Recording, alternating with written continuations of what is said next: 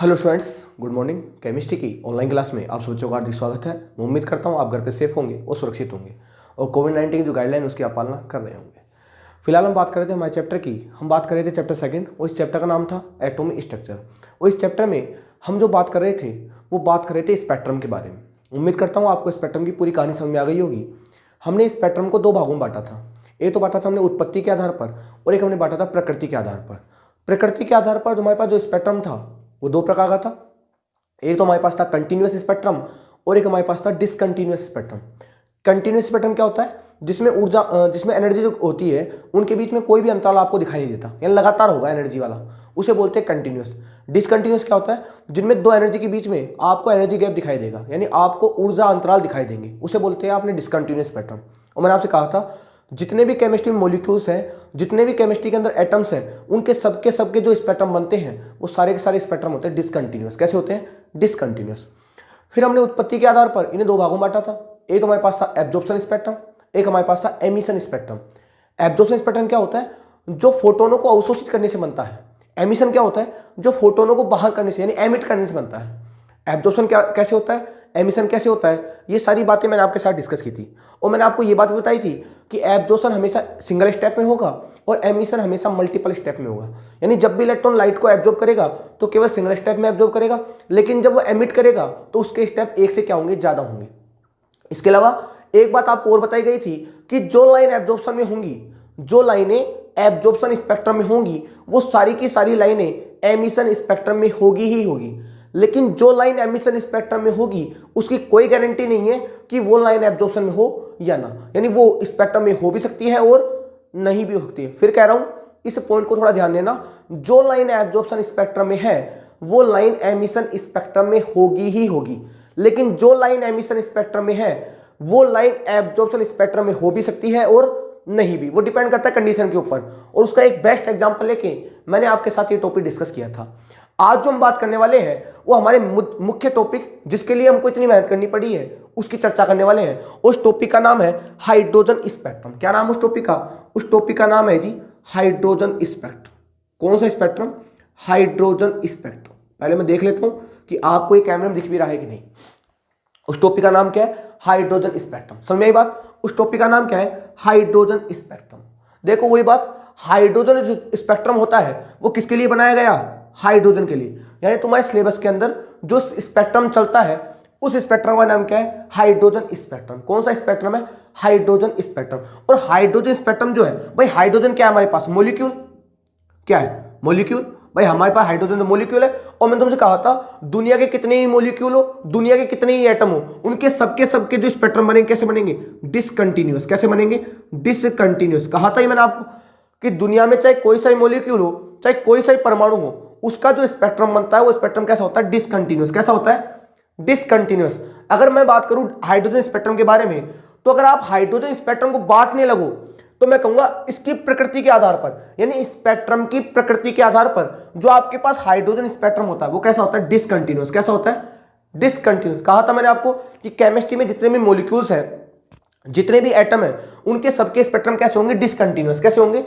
Discontinuous. यानी हमको एक बात तो पता लग गई कि हमारे पास जो हाइड्रोजन स्पेक्ट्रम होने वाला है वो कैसा होगा? डिसकंटिन्यूअस। कैसा होगा? डिसकंटिन्यूअस। और डिसकंटिन्यूअस क्या होता है? जिसमें एक लाइन तो आपको यहां मिलेगी, एक लाइन यहां मिलेगी, एक है, यानी आपको लाइनों के मध्य क्या दिखाई देगा? ऊर्जा अंतराल। क्या दिखाई देगा आपको लाइनों के मध्य? ऊर्जा अंतराल। बात समझ में क्या कह रहा हूं? यानी हाइड्रोजन जो स्पेक्ट्रम होता है वो कैसा होता है? डिसकंटिन्यूअस। कैसा होता है? डिसकंटिन्यूअस। क्यों होता है डिसकंटिन्यूअस? क्योंकि मैंने आपसे कहा था जितने भी मॉलिक्यूल्स होंगे, जितने भी एटम होंगे, उनके सबके स्पेक्ट्रम कैसे होंगे? डिसकंटिन्यूअस। यानी आपको जो लाइनें बनेगी उन लाइनों के मध्य क्या दिखाई देगा? ऊर्जा अंतराल। और ये लाइनें किसको दिखाती है? ये लाइनें दिखाती है एनर्जी को। किसको दिखाती है? एनर्जी को। ये बात भी मैंने आपके साथ डिस्कस की थी भाई। क्लियर बात है? तो पहली बात तुमको ये पता लग गई कि जो हमारे पास हाइड्रोजन स्पेक्ट्रम है वो कैसा होता है? डिसकंटिन्यूअस। कैसा होता है? डिसकंटिन्यूअस। ये तो हो गया हमारे पास किसके आधार पर? ये तो हमारे पास हो गया प्रकृति के आधार पर। किस आधार पर हो गया? प्रकृति के आधार पर। कि प्रकृति के आधार पर जो हमारे पास हाइड्रोजन स्पेक्ट्रम है वो कैसा होगा? डिसकंटिन्यूअस। अब मैं बात करता हूं उत्पत्ति के आधार पर। किसके आधार पर? उत्पत्ति के आधार पर। तो आप जानते हो उत्पत्ति के आधार पर हमारे पास स्पेक्ट्रम होते हैं, तो कौन कौन सा? एक तो हमारे पास होगा एब्जॉर्प्शन स्पेक्ट्रम। Absorption spectrum. और एक हमारे पास कौन सा होगा जी? एक हमारे पास होगा एमिशन स्पेक्ट्रम। कैसा होगा? Emission spectrum. यानी हमारे पास उत्पत्ति के आधार पर दो प्रकार के स्पेक्ट्रम होंगे। एक तो हमारे पास कैसा होगा, एब्जॉर्प्शन स्पेक्ट्रम, और एक हमारे पास कैसा होगा, एमिशन स्पेक्ट्रम। क्योंकि प्रकृति के आधार पर तो केवल एक ही प्रकार का होगा, डिसकंटिन्यूअस, लेकिन उत्पत्ति के आधार पर दो प्रकार का होगा। एक तो हमारे पास होगा एब्जॉर्प्शन स्पेक्ट्रम और एक हमारे पास कौन सा होगा, एमिशन स्पेक्ट्रम। बात समझ आ रही है आपको?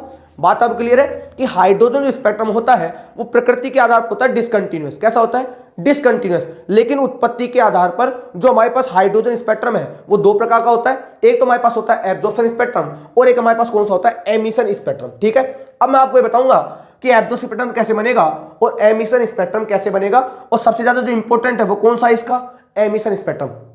जितना ज्यादा इंपॉर्टेंट ये नहीं है, उससे ज्यादा इंपॉर्टेंट कौन सा है, एमिशन स्पेक्ट्रम। बताऊंगा आपको। इसके अंदर एक पॉइंट आता है सीरीज का, Lyman series, Balmer series, Paschen series, Brackett series, Pfund series, Humphrey series, वो सब डिस्कस की जाएगी भी आपके साथ। आप उसी टेंशन ना लो। फिलहाल तो आप ये देखो कि हमारे पास जो हाइड्रोजन स्पेक्ट्रम है वो प्रकृति के आधार पर होता है डिसकंटिन्यूअस। कैसा होता है, डिसकंटिन्यूअस।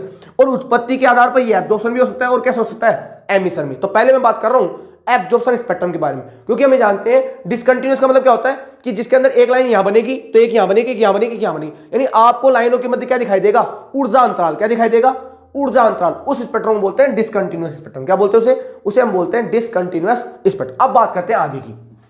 यहां तक बात क्लियर है सबको? यहां तक बात सबको क्लियर हो गई कि जो हाइड्रोजन स्पेक्ट्रम है, पहली बात तो होता है डिसकंटिन्यूअस। कैसा होता है, डिसकंटिन्यूअस। इसका मतलब क्या होगा, एक एनर्जी आएगी, एक ही आएगी, एक ही आएंगे, यानी आपको जो लाइनें होंगी उनके मध्य क्या दिखाई देंगे, ऊर्जा अंतराल। दूसरी बात, वो एब्जॉर्प्शन भी हो सकता है और एमिशन भी हो सकता है। तो सबसे पहले बात कर रहा हूं मैं एब्जॉर्प्शन के बारे में। किसके बारे में बात कर रहा हूं, एब्जॉर्प्शन के बारे में। किसके बारे में बात कर रहा हूं, सबसे पहले बात कर रहा हूं मैं एब्जॉर्प्शन स्पेक्ट्रम के बारे में। एब्जॉर्प्शन स्पेक्ट्रम के बारे में होता क्या है, देखो होता क्या है, आपके पास होती है हाइड्रोजन गैस। कौन सी गैस लेते हैं, हाइड्रोजन। ये सैंपल ले लिया आपने। इस हाइड्रोजन गैस को किया जाता है गर्म। क्या किया जाता है, बता रहा हूं आपको कि हाइड्रोजन का एब्जॉर्प्शन स्पेक्ट्रम कैसे बनता है। आपके पास हाइड्रोजन गैस होती है, इस हाइड्रोजन गैस को गर्म किया जाता है, और गर्म करने का तरीका होता है सीआरटी एक्सपेरिमेंट। कौन सा एक्सपेरिमेंट, सीआरटी एक्सपेरिमेंट। बताया था मैंने आपको सीआरटी एक्सपेरिमेंट क्या होता है, कैथोड रे ट्यूब एक्सपेरिमेंट। बताया था ना आपको, जब मैंने एटॉमिक स्ट्रक्चर को स्टार्ट किया था तब मैंने इस एक्सपेरिमेंट के बारे में बात की थी। पता है सबको सीआरटी एक्सपेरिमेंट क्या होता है, जूलियस प्लकर था और एक कौन था सीआरटी एक्सपेरिमेंट को देने वाले साइंटिस्ट कौन कौन थे, एक तो जूलियस प्लकर था और एक कौन था जी, याद है क्या आपको कि सीआरटी एक्सपेरिमेंट को देने वाला साइंटिस्ट कौन था, जे थॉमसन था ना भाई। ये तो जूलियस प्रकर था और एक कौन था, जे थॉमसन। दोनों ने मिलकर कौन सा एक्सपेरिमेंट दिया था, सीआरटी एक्सपेरिमेंट। तो क्या कहते हैं, हाइड्रोजन गैस को करते हैं गरम किसके द्वारा करते हैं, सीआरटी एक्सपेरिमेंट। और आप जानते हो सीआरटी एक्सपेरिमेंट क्या करता है, जो भी गैस आप उस ट्यूब के अंदर डालोगे उसे कर देगा वो आयनित। क्या कर देगा, आयनित। यानी जब आप H2 गैस को सीआरटी एक्सपेरिमेंट में डालोगे तो क्या बना देगा, वो बना देगा H2+ और साथ में क्या निकाल देगा, यहां से इलेक्ट्रॉन। ये तो करते हो, इसको बोलते हो आप कैथोड रे, और इसे क्या बोलते हो आप, इसे बोलते हो आप एनोड रे, जिसे हम बोलते हैं कैनाल रे, जिसे बोलते हैं हम पॉजिटिव रे। बात आपको याद है कुछ भाई। सीआरटी एक्सपेरिमेंट में क्या होता है, एक कांच की नलिका होती है, उसमें आप डालते हो गैस को, और वो क्या करता है, जब आप हाई पोटेंशियल देते हो उसे, जब आप उसे 10,000 वोल्ट देते हो तो उसके अंदर से इलेक्ट्रॉन को क्या निकाल देता है, बाहर। ये तो करता है। और हमें भी चाहिए क्या, हमें भी इलेक्ट्रॉन ही चाहिए, क्योंकि हम इलेक्ट्रॉन को यहां से वहां भेजेंगे। तो क्या करेंगे, सीआरटी एक्सपेरिमेंट में किसको गर्म करेंगे, हाइड्रोजन गैस को। क्यों गर्म कर रहे हैं, क्योंकि हमें चाहिए इलेक्ट्रॉन। क्या चाहिए, इलेक्ट्रॉन। और इलेक्ट्रॉन को निकाल के देगा हमको, ये सीआरटी एक्सपेरिमेंट। इसे बोलते हैं कैथोड रे ट्यूब एक्सपेरिमेंट। बताया था मैंने आपको, जिसने नहीं पता है वो पहले इसका लेक्चर देख ले, उसके बाद इसको देख ले भाई। ठीक है, क्लियर है। आगे चलते हैं जी। ये मैंने बताया था आपको पूरा का पूरा कि सीआरटी एक्सपेरिमेंट होता कैसा है। चलो भाई, तो पहले क्या करोगे आप लोगे हाइड्रोजन गैस। उस हाइड्रोजन गैस को आप गर्म करोगे, किसके द्वारा गर्म करोगे, सीआरटी एक्सपेरिमेंट के द्वारा। तो क्या होता है, एक ब्लू रंग की, ब्लू यानी नीले रंग की एक ब्लू लाइट निकलती है यहां से। कौन सी लाइट निकलती है, एक ब्लू रंग की लाइट यहां डेवलप होती है। जब आप हाइड्रोजन गैस को सीआरटी एक्सपेरिमेंट के अंदर डालते हो तो यहां से एक ब्लू रंग की लाइट होती है। उस ब्लू लाइट को देखो, ये प्रैक्टिकल तरीका है पूरा। उस ब्लू लाइट को इसमें से गुजारा जाता है, इसे बोलते हैं निकोल प्रिज्म। क्या बोलते हैं इसे बोलते हैं निकोल प्रिज्म। बताया था ना आपको, जब लाइट को आप इस प्रिज्म में डालते हो तो, अरे दिखाया था ना मैं आपको प्रकाश का वर्ण विक्षेपण, कि अगर आपके पास एक व्हाइट लाइट अगर आप इसके अंदर डालोगे तो ये व्हाइट लाइट 7 रंगों में टूट जाएगी। बताया था मैंने आपको, जिसे बोलते हैं प्रकाश का वर्ण विक्षेपण। और ये जो था डिफ्लेक्टिंग ग्रेटिंग, डीजी बोलते हैं इसको, डिफ्रैक्शन ग्रेटिंग। इसे बोलते हैं निकोल प्रिज्म। निकोल देने वाला साइंस था, और ये होता है प्रिज्म। ये क्या करता है, एक लाइट को अलग अलग लाइटों में तोड़ देता है। इसका काम यही होता है निकोल प्रिज्म का। बात समझ आ रही है। तो पहला क्या करोगे, आप हाइड्रोजन गैस लोगे, उसे डालोगे सीआरटी एक्सपेरिमेंट में। कौन से रंग की लाइट आएगी आपके पास आएगी ब्लू रंग की लाइट। जब इस ब्लू लाइट को इस निकोल प्रिज्म से गुजारा जाता है तो आगे लगा के रखते हैं। देखो आगे क्या लगा के रखते हो, आगे यहां पर लगा के रखते हैं फोटोग्राफिक प्लेट। क्या लगा के रखते हैं? Photographic plate. एक एक चीज को ध्यान से देखना आपको पूरी बातें यहीं क्लियर हो जाएंगी। होता क्या है, ये मैं बात कर रहा हूं एब्जॉर्प्शन स्पेक्ट्रम के बारे में। पहले क्या करोगे आप, लोगे हाइड्रोजन गैस, किसमें डालोगे? सीआरटी एक्सपेरिमेंट में। जानते हो सीआरटी एक्सपेरिमेंट क्या होता है? क्या कर देगा ये कर देगा भाई H2+ और साथ में क्या निकाल देगा? ऐसे इलेक्ट्रॉन। एक ब्लू रंग की लाइट आएगी, उस लाइट को किसमें निकालोगे आप?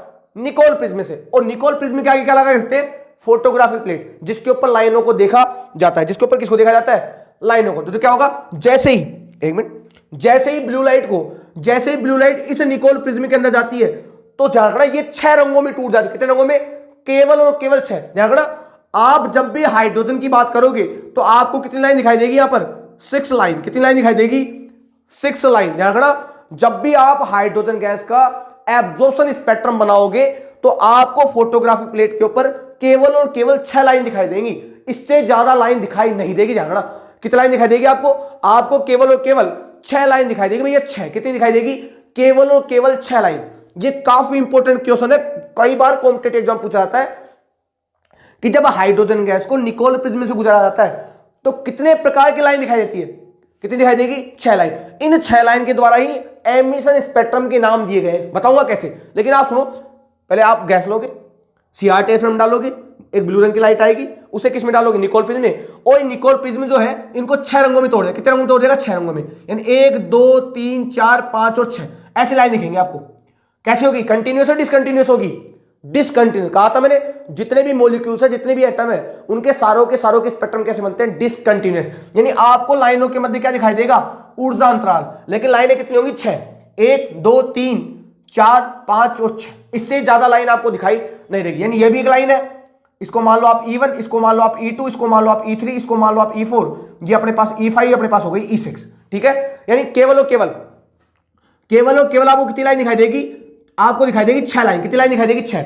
मैं लिख देता हूं यहां पर, यहां कितनी लाइन है? 6 एब्जॉर्प्शन लाइन। ध्यान रखना, केवल और केवल कितनी दिखाई देगी? 6 लाइन दिखाई देगी आपको। ये होता है हाइड्रोजन का एब्जॉर्प्शन, जो अपने पास होता है प्रैक्टिकली। कैसा होता है ये? हमारे पास होता है प्रैक्टिकल, जिसे प्रयोगों में देखा जाता है। क्लियर बात है? वापस सुनो बात ध्यान से। मैंने आपसे क्या कहा? हाइड्रोजन स्पेक्ट्रम, हाइड्रोजन मॉलिक्यूल है तो इसका जो स्पेक्ट्रम होगा डिसकंटिन्यूअस। कैसा होगा?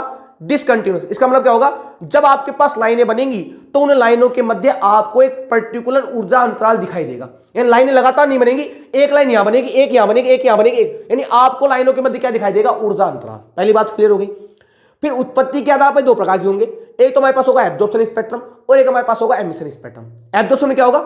जब हाइड्रोजन गैस को पहले डालेंगे सीआरटी एक्सपेरिमेंट में, ब्लू रंग की लाइट आएगी, उस लाइट को गुजारेंगे निकोल प्रिज्म से, तो ये निकोल प्रिज्म इस लाइट को 6 लाइटों में तोड़ देगा। कितनी लाइट में? 6 लाइनों में। अगर 6 लाइन, ओनली 6 लाइन। और वो फोटोग्राफिक प्लेट के ऊपर जो स्पेक्ट्रम बनेगा उस स्पेक्ट्रम को बोलेंगे एब्जॉर्प्शन स्पेक्ट्रम। क्या बोलेंगे? उस स्पेक्ट्रम को बोलेंगे एब्जॉर्प्शन स्पेक्ट्रम। बात समझ आ रही है आपको कि हाइड्रोजन गैस का एब्जॉर्प्शन स्पेक्ट्रम किस प्रकार नोट किया जाता है, और हाइड्रोजन गैस का जो एब्जॉर्प्शन स्पेक्ट्रम होता है उसमें लाइनें कितनी बनती है। तो आपको ये बात क्लियर हो जानी चाहिए कि हाइड्रोजन गैस का जो एब्जॉर्प्शन स्पेक्ट्रम है उसमें केवल और केवल 6 लाइन, केवल और केवल 6 लाइन ही बनती है भाई। और इन 6 लाइनों के कारण ही जो भी एमिशन स्पेक्ट्रम आने वाला है उसमें लाइनों के नाम दिए गए हैं। समझ में बात? केवल कितनी दिखाई देंगे आपको? 6। क्लियर बात है? अब मैं बात करता हूं इससे आगे की। तो पता लग गया आपको कि एब्जॉर्प्शन स्पेक्ट्रम कैसे बनेगा और कितनी लाइनें बनेगी। अब मैं बात करता हूं एमिशन स्पेक्ट्रम के बारे में। इसका आप स्क्रीनशॉट ले लेना। अब मैं बात कर रहा हूं एमिशन स्पेक्ट्रम के बारे में। देखो एमिशन स्पेक्ट्रम,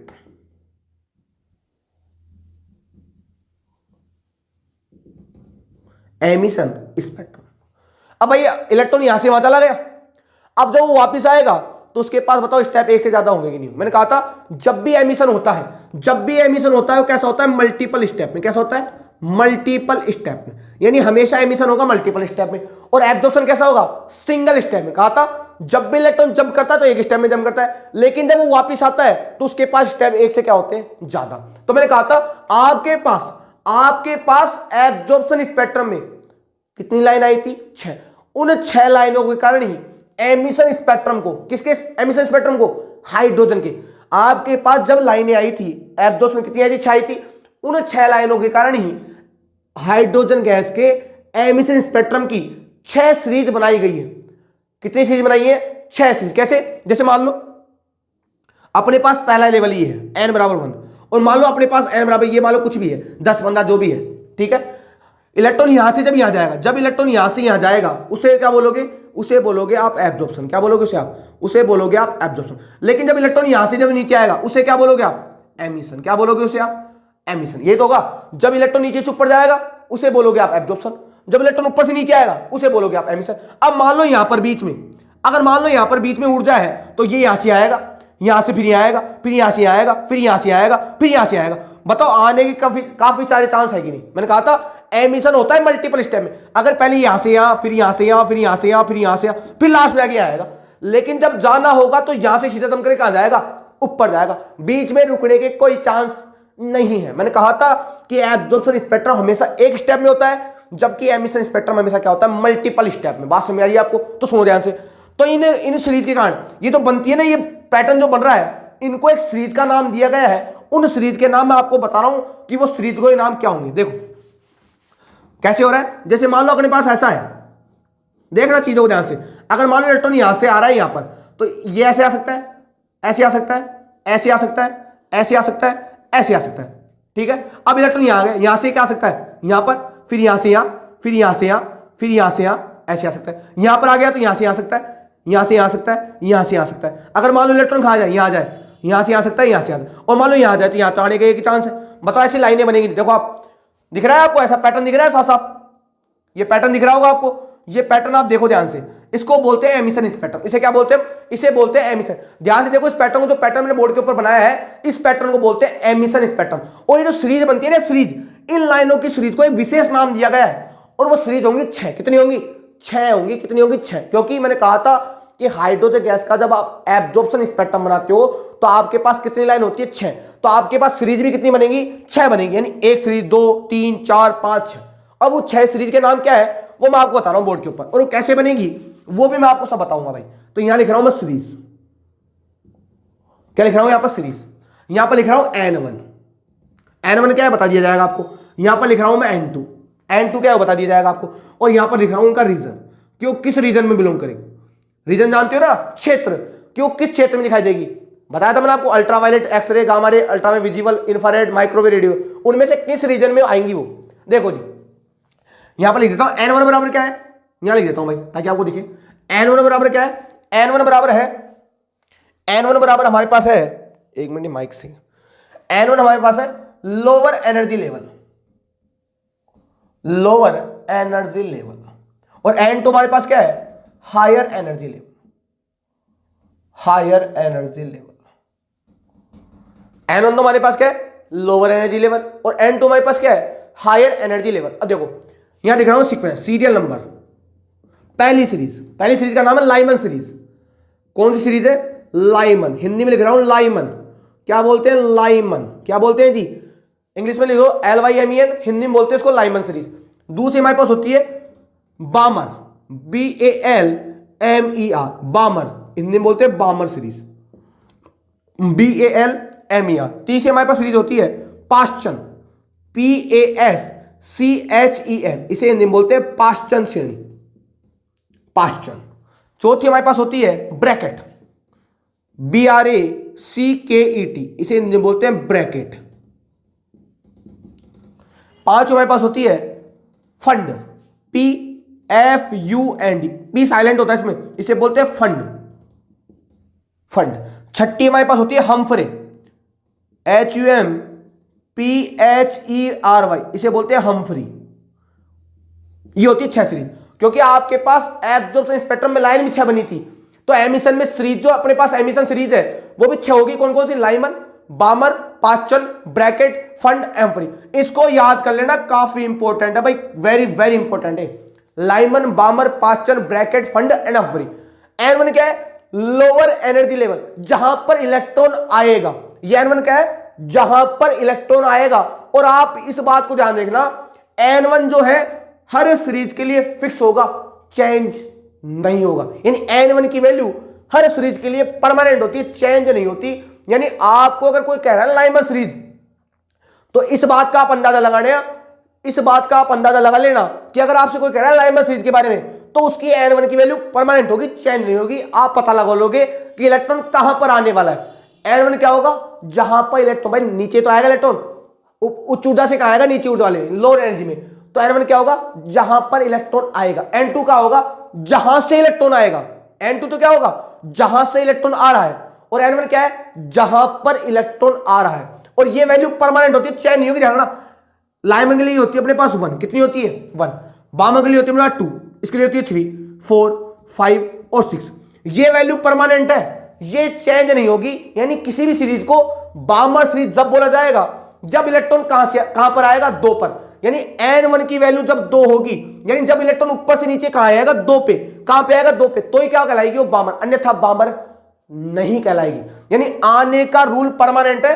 अगर इलेक्ट्रॉन कहीं से आ रहा हो, चाहे इनफाइनाइट से आ रहा हो, उससे हमको कोई मतलब नहीं है। अगर 1 में आ रहा है तो उसका नाम होगा लाइमन, अगर 2 में आ रहा है तो उसका नाम होगा बामर, 3 में आ रहा है तो होगा पास्चन, 4 में आ रहा है तो ब्रैकेट होगा, 5 में आ रहा है फंड होगा, 6 में आएगा तो अपने पास हम्फ्री होगा।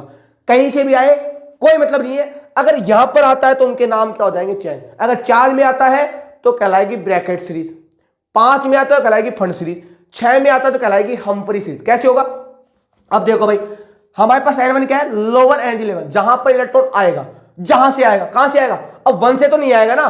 तो अगर N1 की वैल्यू 1 है तो N2 कम से कम कितना होगा, 2, 3, 4 एंड सो ऑन। कहां से आ सकता है, ये N2 अपने पास, N1 क्या है 2, अब 2 से 2 में तो आएगा नहीं, और 1 से 2 में भी नहीं आएगा। कहां आएगा, 2 से ऊपर क्या है, कम से कम 3 तो होगा, 3, 4, 5 एंड, यानी इसकी N2 की वैल्यू कितनी भी हो सकती है, लेकिन N1 की वैल्यू परमानेंट होगी। अगर N1 3 है तो कम से कम कितना होगा, 4, 5, 6 एंड सो ऑन। यह क्या होगा, 5, 6, 7 एंड सो ऑन। यह क्या होगा, 6, 7 एंड सो ऑन। यह क्या होगा, 7, 8 एंड सो ऑन।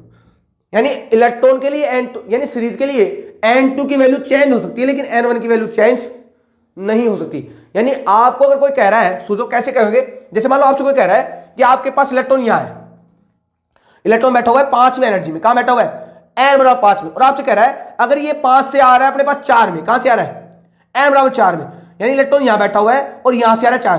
देखो 4 के लिए कौन सा है भाई, 4 तो हमारे पास नीचे वाला होगा ना, लोअर एनर्जी। N1 की वैल्यू हमारे पास गई 4, और 4 के लिए कौन सीरीज बनती है, ब्रैकेट। तो आप कहोगे जो इलेक्ट्रॉन आएगा वो किस सीरीज में आएगा, ब्रैकेट। लेकिन आपसे कोई कह रहा है कि इलेक्ट्रॉन 5 से आ रहा है 3 में, किस में आ रहा है, N बराबर 3 में, तो इलेक्ट्रॉन यहां से आ रहा है, तो N की वैल्यू हमारे पास 3, और अगर 3 की वैल्यू तो कौन सीरीज होगी, पास पास्चन सीरीज। यानी इलेक्ट्रॉन जहां पर आता है उसके नाम के आधार पर सीरीज का नाम दिया जाता है। अगर वो 1 में आ रहा है उसे बोलोगे आप लाइमन, अगर वो 2 में आ रहा है उसे बोलोगे बामन, अगर वो 3 में आ रहा है उसे बोलोगे पास्चन, अगर 4 में आ रहा है उसे बोलोगे ब्रैकेट, 5, 6 में आ रहा है फंड, वो 5 में आ रहा है फंड, और 6 में बोलोगे तो क्या आएगा अपने पास, हम्फ्री। सॉरी गलती हो गई थोड़ी सी। अगर 1 में आ रहा है तो लाइमन होगा, 2 में आया तो बामर होगा, 3 में आएगा पास्चन होगा, 4 में आएगा ब्रैकेट होगा, 5 में आएगा फंड होगा, 6 में आएगा तो हम्फ्री होगा। अब रीजन देखो, लाइमन जो सीरीज है वो अपने पास आती है कौन से, यूवी रीजन में, अल्ट्रावायलेट। किस रीजन में आती है, अल्ट्रावायलेट। अल्ट्रावायलेट को हम देख नहीं सकते हैं, ओनली महसूस किया जा सकता है। बामर जो आती है हमारे पास वो आती है विजिबल रीजन। किस रीजन में, इंपॉर्टेंट बात सुनो, बामर सीरीज एक ऐसी सीरीज है जो आती है अपने पास विजिबल रीजन। विजिबल क्या होता है, जिसे आप अपनी आंख से देख सकते हो, जैसे आपने देखा आकाश में इंद्रधनुष, वो विजिबल रीजन का होता है, आपको दिखाई देता है विजिबल रीजन। यानी आप इनमें से केवल और केवल बामर सीरीज को देख सकते हो, और सीरीज को देखना अपनी बस की बात नहीं है। माइक्रोस्कोप देख सकते हो लेकिन अपनी आंखों से उनको नहीं, केवल किसको छोड़कर, बामर को, और बाकी जो सारी की सारी है वो सब आएगी IR में, इंफ्रारेड में। कहां पर आएंगी, इंफ्रारेड में। IR मतलब क्या होता है, इंफ्रारेड। क्या होता है, इंफ्रारेड। ये बात बताई थी मैंने आपको स्पेक्ट्रम के अंदर, देख लीजिए आप। ये है पूरी की पूरी 6 की 6 सीरीज। मैंने कहा था आपको कि एब्जॉर्प्शन के अंदर जो सीरीज बनेगी, जितनी लाइनें बनेगी उतनी है आपके पास एमिशन स्पेक्ट्रम में क्या बनेगी, सीरीज। और सीरीज का नाम क्या है, Lyman, बामर, Paschen, bracket, Pfund and Humphry. पूरी सीरीज बता दी मैंने आपको।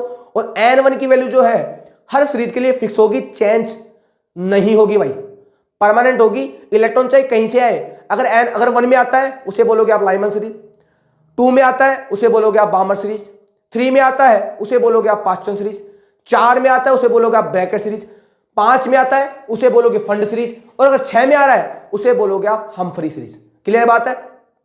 यानी N1 की वैल्यू फिक्स होती है और N2 की वैल्यू चेंज हो सकती है भाई। और रीजन कैसा कैसा होगा आपको बोर्ड पे दिखाया है। यानी आप केवल और केवल बामर सीरीज को अपनी आंखों से देख सकते हो, क्योंकि आती है विजिबल रीजन के अंदर। इसलिए मैंने बताया आपको कि बामर सीरीज किस रीजन में आती है, विजिबल। बाकी सारी सारी किस में आती है, नीचे वाली इंफ्रारेड में, ऊपर वाली आती है अल्ट्रा वायलेट। क्लियर बात है। देख लो कितनी इंपॉर्टेंट बात है।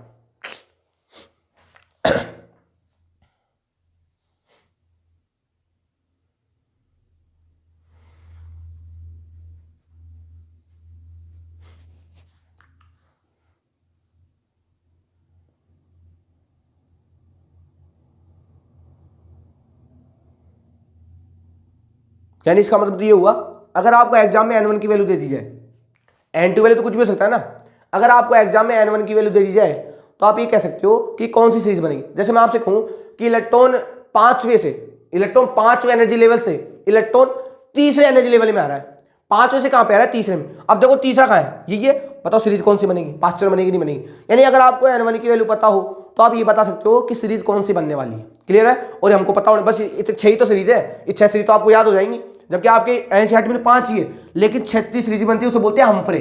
आपके एनसीईआरटी में केवल 5 तक दे रखी है, लेकिन मैं आपको ये बता दी 6ठी भी होती है, उसका नाम होता है हम्फ्री। क्या होता है उसका नाम? हम्फ्री। देख लीजिए आप ध्यान से, पूरी बातें आपको क्लियर हो जाएंगी कि स्पेक्ट्रम की सीरीज कैसे बनती है। क्लियर है बातें? अब मैं आपको एग्जाम्पल थ्रू समझाता हूं उसको कि एग्जाम्पल ग्रुप में से कैसे समझेंगे। देखो इसका तो आप स्क्रीनशॉट ले लेना और बना लेना इसको, ठीक है? तो कैसे बनाएंगे इसको, कैसे समझेंगे इसके एग्जाम्पल को। देखो जैसे मान लो आपसे कहा जाए आपके पास n2 की वैल्यू दे दी आपको 5, कितनी दे दे 5, और आपसे कहते हैं n1 की वैल्यू आपके पास है 1, कितनी है 1 बोलते हमारे दिमाग में आएगा सीरीज कौन सी बन जाएगी, लाइमन। कौन सी बन जाएगी? लाइमन, क्योंकि n1 की वैल्यू अगर 1 है तो लाइमन सीरीज ही बनेगी, परमानेंट होती बात। अब जो कैसे आएगा इलेक्ट्रॉन ऐसे आएगा 5, ये 5 अपने पास, 5 के नीचे क्या होगा 4, फिर 3, फिर 2 और फिर 1, ऐसे तो होगा भाई एनर्जी। 5 के बाद सीधी 1 तो नहीं होगी, बीच में 4 3 2 1 भी तो होंगे। अब लोग इलेक्ट्रॉन कैसे आएगा, इलेक्ट्रॉन आ सकता है 5 से 4 में, 5 से 3 में, 5 से 2 में, 5 से 1 में। इलेक्ट्रॉन कहां से 4 से कहा सकता है 3 में, 4 से आएगा 2 में, 4 से आएगा 1 में, 3 से कहा सकता है 2 में, 3 से 1 में, और 2 से कहा सकता है 1। इसके अलावा कोई लाइन बनेगी क्या? यह अधिकतम लाइन है। आपसे पूछ लिया जाए कि बताओ जब इलेक्ट्रॉन 5वें से 1 में आएगा तो अधिकतम यानी मैक्सिमम लाइंस कितनी बनेंगी, मैक्सिमम लाइन कितनी बनेंगी। आपसे क्या कह रहा है कि अगर इलेक्ट्रॉन 5वें एनर्जी ऑर्बिट में बैठा हुआ है, अगर फर्स्ट एनर्जी ऑर्बिट में आ रहा है तो अधिकतम लाइनें कितनी बन सकती है, कितनी बनेगी? देखो आप गिनो, 1 2 3 4 5 6 7 8 9 10, यानी आपको दिख रही है 10 लाइनें। कितनी दिख रही है? 10 लाइन। अब इनको सर हम कैलकुलेट कैसे करेंगे? हम सर क्या एग्जाम में इनको बनाने बैठेंगे क्या? इतना टाइम तो नहीं होगा ना हमारे पास जो इन लाइनों को बनाने बैठ जाए। तो इसका फॉर्मूला है, इसका क्या है, एक फॉर्मूला। देखो फॉर्मूला क्या है, उस फॉर्मूले से आप निकाल सकते हो मैक्सिमम नंबर ऑफ लाइन। यानी मैं कहूंगा नोट लगा के, अगर आपको निकालनी है लाइन, क्या निकालनी है? Maximum number of line, maximum number of line. तो फॉर्मूला होता है n2 minus n1, n2 minus n1 plus 1 divide by 2। n1 तो पता ही रहेगा आपको, n2 आपको दिया जाएगा। जैसे मैं कहूं आपके पास लाइमन सीरीज है, पता लगे ना n1 क्या होगा, 1 होगा, n2 आपको दिया जाएगा। समझ के बाद n2 minus n1, n2 minus n1 plus 1 upon 2। इस फॉर्मूले से क्या निकाल सकते हो? Maximum number of line. क्या निकाल सकते हो? Maximum number. जैसे मान लो एग्जांपल दूं, एग्जांपल मैं आपको सोल्व करवाऊं। जैसे मान लो कहा आपसे कि बताओ अगर इलेक्ट्रॉन 6 से इलेक्ट्रॉन आ रहा है दूसरे में, n1 की वैल्यू कितनी दे दी आपको? 2। कहेगा जब 6 से अगर वो 2 में आ रहा है तो मैक्सिमम लाइनें कितनी बनेंगी, मैक्सिमम लाइन कितनी बनेंगी? तो कैसे रखोगे? रखो वैल्यू यहां पर n2 कितना रख दोगे? 6 माइनस 1, 6 माइनस 2, n1 की वैल्यू 2 है ना, 6 माइनस 2 प्लस 1 अपॉन 2 कितना हो जाएगा? 6 में दोगे तो अपने पास होगा 4, 6 में दोगे 4, 4 में कितना होगा 5 अपॉन 2, 4 5 20, 20 बटा 2 अपने पास लाइन आ जाएगी 10। कितनी आ जाएगी? 10। आएगी नहीं आएंगी? निकाल लोगे ना आप, निकाल लोगे आप, ऐसे निकाल लोगे बस। यानी आपको n2 की वैल्यू पता हो, अगर आपको n1 की वैल्यू पता हो तो n2 minus n1 plus 1 divide by 2 से आप क्या निकाल सकते हो? Maximum number of line. Simple formula है, निकाल सकते हो आप। सिंपल फॉर्मूला है, इससे आप मैक्सिमम नंबर ऑफ लाइन को निकाल सकते हो, मैक्सिमम नंबर ऑफ लाइन को निकाल सकते हो। ये तो अपने पास होगा मैक्सिमम नंबर ऑफ लाइन निकालने का फॉर्मूला। लेकिन मान लो आपसे ये पूछ लिया जाए कि बताओ इसके अंदर अल्ट्रावायलेट रीजन में, इसमें विजिबल रीजन में कितनी लाइनें बनेंगी, तो कैसे निकालोगे? उसके लिए फिर हमको तरीका चेंज करना होगा। भाई आपसे पूछा कि जब इलेक्ट्रॉन 6 से 2 में आ रहा है तो उसके पास कुल कितनी लाइनें बनेंगी? तो आपने कहा कितनी बनेगी सर? 10 बनेंगी इस फॉर्मूले से। लेकिन आपसे पूछ ले कि बताओ विजिबल रीजन में कितनी बनेंगी, अल्ट्रावायलेट रीजन में कितनी बनेंगी, तो आप कैसे लगाओगे? तो कैसे लगाएंगे पता उसका? देखो जी, चूंकि हम जानते हैं कहां से आ रहा है इलेक्ट्रॉन, 6 से कहां जा रहा है? 2 में। 6 से कहां जा रहा है? 2 में। तो कम से कम 2 होगा, तो देखो 6 से कहां जाएगा? 5 में, 4 में, 3 में और 2 में। फिर 5 से कहां जाएगा? 5 से जाएगा 4 में, 3 में, 2 में। फिर 4 से कहां जाएगा? 3 में, 2 में। और 3 से कहां जाएगा? 2 में। इससे ज्यादा कोई पॉसिबिलिटी नहीं है। इलेक्ट्रॉन 6 से 5 जा सकता है, 6 से 4 में, 3 में, 2 में। 5 में आने के बाद कहा जा सकता है 4 3 2 में, 4 में कहा जा सकता है 3 और 2 में, और 3 में आने के बाद कहा जा सकता है ओनली 2 में। अब देखो विजिबल रीजन के लिए सीरीज कौन सी होती है? बामर। और बामर सीरीज के लिए n1 की वैल्यू कितनी होती है? 2। अब देखो 2 2 कहां है? एक 2 ये रहा, एक 2 ये रहा, एक 2 ये रहा, एक 2 ये रहा। बताओ कितनी लाइन बनेगी? 4 लाइन बनेगी नहीं बनेगी? कौन सी? एक तो 6 से 2 वाली, एक 5 से 2 वाली, एक 4 से 2 वाली, एक 3 से टोटल कितनी लाइन बनेगी? 4। 4 लाइन कौन सी होंगी? बामर सीरीज की। कौन सी रीजन होगी? बामर, ये मैं कहूंगा विजिबल रीजन। क्या अल्ट्रावायलेट रीजन की लाइट होगी? नहीं होगी, क्योंकि अल्ट्रावायलेट रीजन में होता है N1 की वैल्यू 1, यहाँ तो 1 नहीं है ना, यहाँ तो 1 नहीं है। अब मैं कहता पास्चन में क्या होता? 3, तो 1 2 और 3, बताओ 3 लाइन बनती नहीं बनती? अगर ब्रैकेट की बात करता तो 1 रेख 2, और फंड की बात करता तो कितनी लाइन बनती? 1। यानी आप ये गिन सकते हो कि किस रीजन में कितनी लाइनें जाएंगी, पता लगा लोगे ना आप। सिंपल बात, कोई बड़ी बात इसमें है नहीं। तो इस प्रकार आप निकाल सकते हो हाइड्रोजन स्पेक्ट्रम के बारे में। ये हो गया आपका हाइड्रोजन स्पेक्ट्रम स्वभाव। इस फॉर्मूले निकाल सकते हो आप मैक्सिमम नंबर लाइन, और इस तरीके से निकाल सकते हो आप सीरीज में, यानी किस रीजन में कौन सी लाइटें, यानी कौन सी लाइनें आने वाली है। अगले जो लेक्चर है उसमें बात करूंगा डे बोगली सिद्धांत की, कि डे बोगली का सिद्धांत क्या था। आज के लिए इतना ही, धन्यवाद।